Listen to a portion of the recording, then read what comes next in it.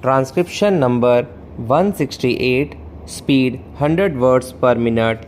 Start. Sir, the three wings of defense, the Army, the Navy, and the Air Force require to be well equipped and modernized. Ours is a country with a great population. I know our difficulties also.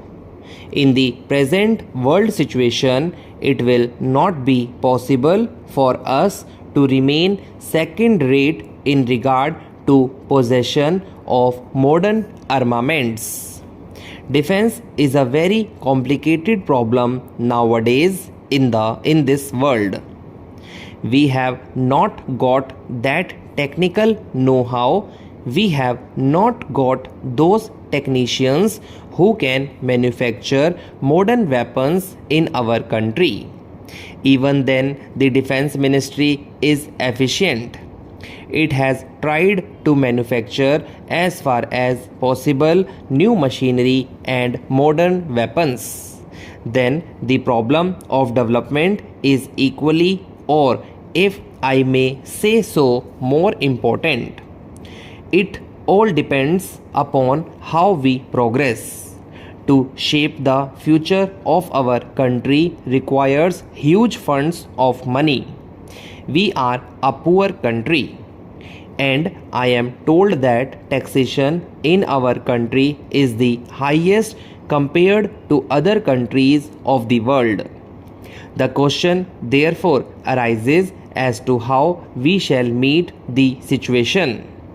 New wealth has to be created, new sources of wealth have to be explored, and in these matters we cannot depend upon friendly countries for coming to our aid in times of necessity.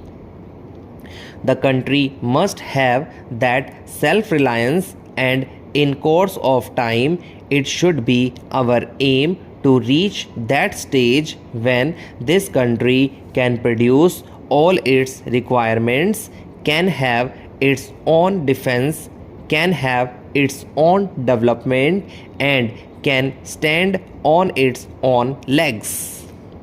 If I were to dilate on this, it will take a very long time, and everybody in this house knows the difficulties and the complications of the situation. But even then, I might suggest that this question of development requires to be very carefully handled. Now, wealth comes from two sources. One is agriculture and the other is industry. And agriculture is the main base for development purposes. But what do we find about the position of agriculture in our country? I think our Prime Minister suggested that in all the states the Chief Minister should take over the portfolio of agriculture, looking to its importance in the situation. But I do not find any Chief Minister caring to accept the suggestion and take over the portfolio of agriculture in his hands. That shows how serious we are in meeting the situation. Agriculture, sir, depends upon millions of small agriculturists in our country, and in spite of our planning, those who are connected with the rural areas, those who are intimately connected with agriculture, known that agriculturists do not feel enthused. Despite planning for so many years, the same old route continues. Unless we enthuse them, unless we make them feel that they are the builders of the country, that they are the molders of the future of this country, agriculture will not prosper. There are so many reasons. But the main reason is that the agriculturist must feel that he has some important place in our country, that he is doing a great service by ensuring higher production. For that purpose, it is very necessary that the per acre production must increase. More land is not available for cultivation. Population is rising by leaps and bounds. There is the question of unemployment, and also we find that the pressure on land is very much.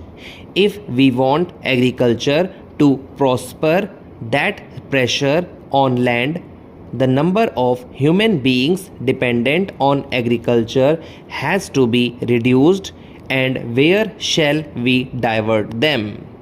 If they go to urban areas for employment, they do not get it. The figure of unemployment is rising every day. Therefore, it is very necessary to see that some industries are diverted to rural areas. We should create agro-industrial climate in the country. We have been taking of creating this climate all these years. But in that part of the country from which I come, I have not seen any industries on a necessary scale being established in the rural areas. Unless we do this, the youngsters from the rural areas are bound to come to the cities. There will be the question of unemployment, the question of housing, the question of sanitation. All these problems will arise. It is very necessary that we find useful employment for them in the rural areas, in the villages in which they live, and they must have a decent standard of living. With the progress of primary education, with these new modes of transport, people from the villages now come frequently to the cities and see what facilities, what amenities are available in the cities, and how backward their villages are comparatively in respect of these amenities, and they feel dissatisfied with the life they lead, and therefore they are inclined to go in for better prospects for a better life. They want to go to the cities. That is also a very serious situation for the government to consider. The problem of rural employment must be solved on a war footing. These rumors became so strong that it was necessary for the United Kingdom to get into consultation with other countries primarily concerned with the dollar currency, that in USA and Canada, regarding the measures necessary for remedying this situation. The House is aware that sometime last June I was expected to proceed to London to discuss the question of the sterling balance with the British Chancellor of the Exchequer. I was due to have started from Delhi somewhere about the 20th June, the official delegation from the country having gone there a little earlier.